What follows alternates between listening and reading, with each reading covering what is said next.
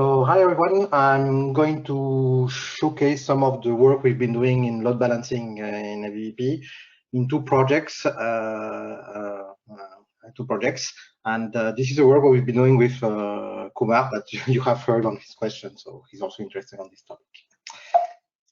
Okay, let's see if it works. It works. Okay, just a quick word about the projects. Well, most of you might be familiar with them, but especially the CoEs, but not the side projects. Some of the work I'm going to present was performed during the EPIC project, which is still running. It's a European Union Horizon 2020 project.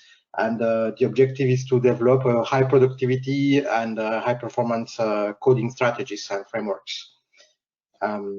The other project is, of course, the Center of Excellence Accelerate, which is to basically showcase the expertise on simulation and co-design with high-performance computing in mind to benefit engineering, especially aerospace. Now, everything I'm going to show applies to the AVBP code. The AVBP code is a fluid dynamics code from CERFACS. And it's a kind of quite basic legacy code. It's in Fortran plus MPI. There's some OpenMP, I'll discuss that at the end, and parallel HDF5 IO.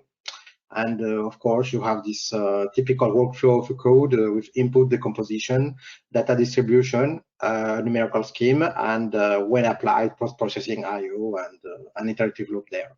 Nothing fancy. Why do we speak about load balancing? Why is it important? Well, in our case, it's not that much that the codes are that data is very different or imbalance. The code is SPMD. So basically, everybody will execute the same code. It's not a couple code that has particles on one side and solid on other or things like that. So the balancing we need to take care of is to have the best balance in the data that is computed for each MPI rank. Yeah.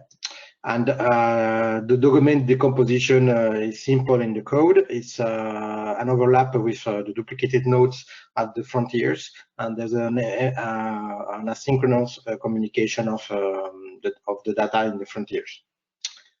And inside each partitioning, you have also a second decomposition, which is used for cache blocking purposes.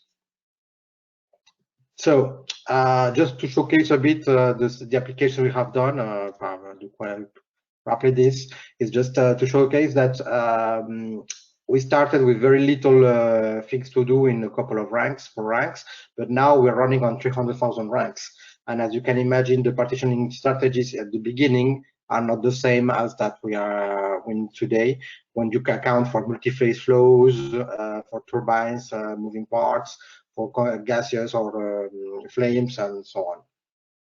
And just to show you the kind of application we've been doing and where we need to do the partitioning, you have this. This is a rocket simulation. It's a 42 injector rocket simulation we've been doing with École Centrale Paris, and we were trying to predict the behavior of the rockets.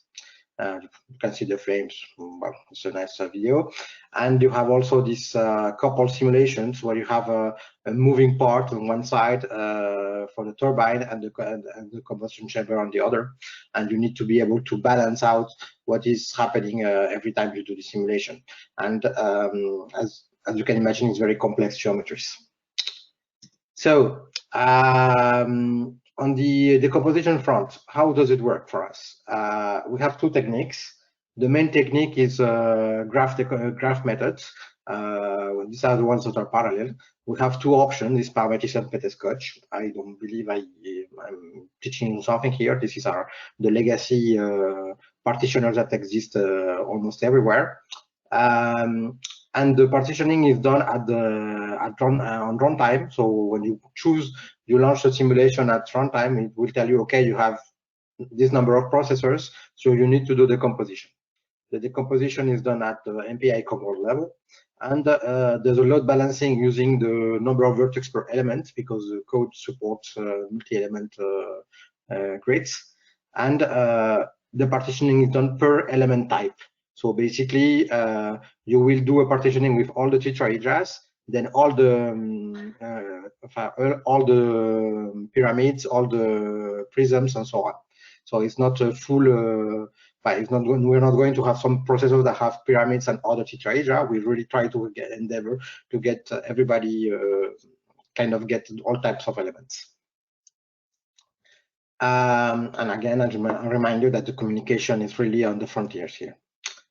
Now, so why do we need to work on the load balancing strategies and so on, and domain decomposition? One of the main drawbacks, in fact, is not even load balance. It's just being able to partition these domains. The domains are getting bigger and bigger. On the side here, you have a 260 gas turbine. This is the partitioning. And since we are doing this in the MPI-COM world and we're using methods like Parametis or Petescotch, these guys use extensive collectives, all-to-all and all-to-all V, which lead to frequent deadlocks. Just basically, the MPI doesn't handle them very well. There's a lot of data to shift around, and is currently the peak memory usage on the code. When I put 40 plus gigabytes, in fact, sometimes it's a lot more. It can be terabytes. Why this 40 plus gigabytes? Because systems like the IREN system, the price system in Paris, they do not allow a single rank to allocate more than 4 gigabytes. So this is our current, you could say, target, saying we need to do partitioning with less. So all of these issues means that we cannot run runtime partitioning as we want, and we have to. The two methods have two different limitations, but still very low. Parametis we can run it up to 4,000 ranks. If we go above, we have all-to-all issues, and Petescotch is the same thing, but up to 8,000. This is of course not acceptable if we're trying to going for exascale and so on. So we needed to find some solutions. So one first solution we found was to do an offline partitioning. This is not very interesting, but it's just interesting to see that it can be an alternative. This means that we generate a partitioning mapping outside the code using only the mesh, and a system that has a lot more memory and a lot less ranks. So you're partitioning with n processes for p domains. And in fact, this helps a lot the partitioning because the method is much more free to optimize the domain partitioning. Of course, it allows also the use of sequential metis. You're going to say, why sequential? This is going to take a lot of time. Well, metis, sequential metis allows for contiguous partitioning, which can be important. If you look at the graph I included here, this is the memory consumption of the code on a blue gene system, Theta, decommission. And as you can see, most of the ranks are 80 megabytes, so very low memory footprints, but some of them have like 200 megabytes. And this is because the partitions were not contiguous, and you had some geometrical algorithms that were allocating too much memory because the domain, the geometrical domain was discontinuous or were just too elongated.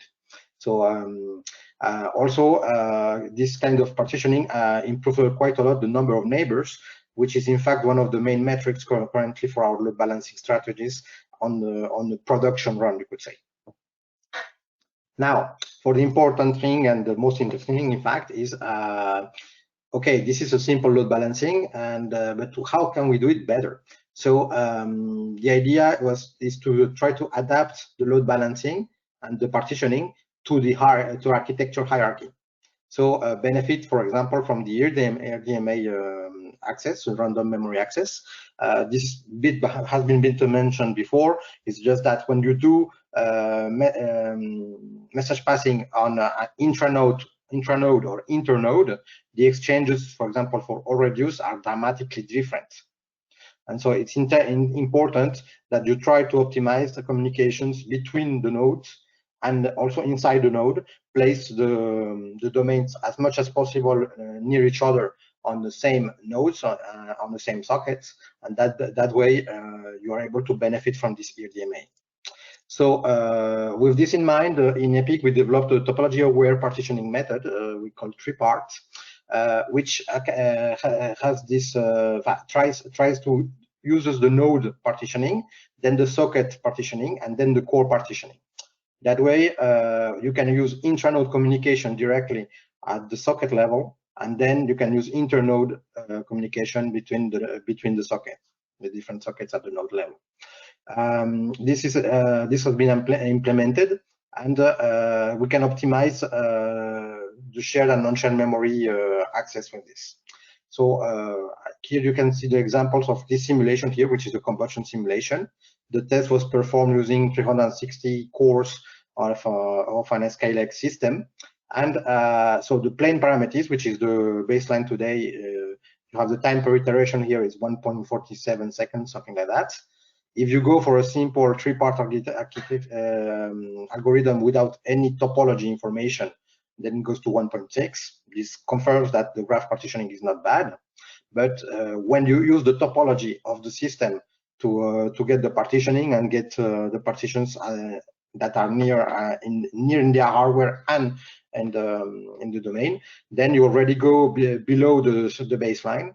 And if you add the MP3 shared memory implementation of communications, then you have a quite huge increase in performance because you gain quite a bit in latency communications. Now, so currently we have two paradigms for the hierarchical load balancing, since top-down and bottom-up approach. The idea is that if you use the top-down, it suffers from communication imbalance because, but it can be mitigated by the intra-node dynamic load balancing. On the other hand, the top-down is highly scalable, so that helps. Smaller graphs in the bottom-up approach allow for a faster load balancing, but bottom-up needs core size or smaller size subdomains. So we still require top-down approach to Bootstrap, and this means that at the moment it's easier for us to start at the node level and then go down. Now, we have tried that in a larger system, not only the Skylake I just mentioned. This is on the Janze system, Idris, only in the CPU's partition, not on the GPU. And we have run it up to 26,000 ranks. You can see here the points where parameters and Petescotch fail. And this is the ideal versus the actual scaling. So you can see we have a very perfect scaling up to 12,000 cores, basically. And before that, we could not even use it at runtime. Again, you can see here all the load balancing strategy and the time that it requires. So the Bootstrap level on the nodes, it gives you this kind of time. Then at the socket level, and then at the core level. The flat partitioning communication gives you 2.25 seconds, and in the solver per time you can get this, so you have a very good achievable speedup. All of this data has been presented on the PASC paper in 2020. You can have the reference in the slides. It will be made available with the presentation. Now, of course, there's one thing that remains, that we are still using a pure MPI code here, and so we have added some structures to be able to use threading at lower level and benefit also from this partitioning, this local partitioning. This is a cell grouping coloring that allows us to use OpenMP or OMPs with thread safety while using group of cells approach. So we need to make sure that each group of cells doesn't have a race condition with each other. They're completely independent, and we don't need to handle a dependency graph here. Now, so this is just to showcase some of the cases that have been able to run thanks to this approach. First is this simulation is one of the biggest simulation we've been doing, a full integrated engine from Safran, it's a price system, and it's a coupled system, so you have a domain with 1 billion elements and another one 1.4 billion elements, and these guys are coupled with the moving strategy I showed in the beginning, and it has been able to run on 16,000 cores of the Skylake system, and it could not be partitioned with standard methods up until now. And the other one is this one, which is the rocket engine you just saw, but we have scaled up to 1.4 billion elements and on 132,000 ROM EPIC 2 cores. EPIC has a Y, not an E, apologies. And this simulation, again, could not be partitioned or even envisioned without these new load balancing methods.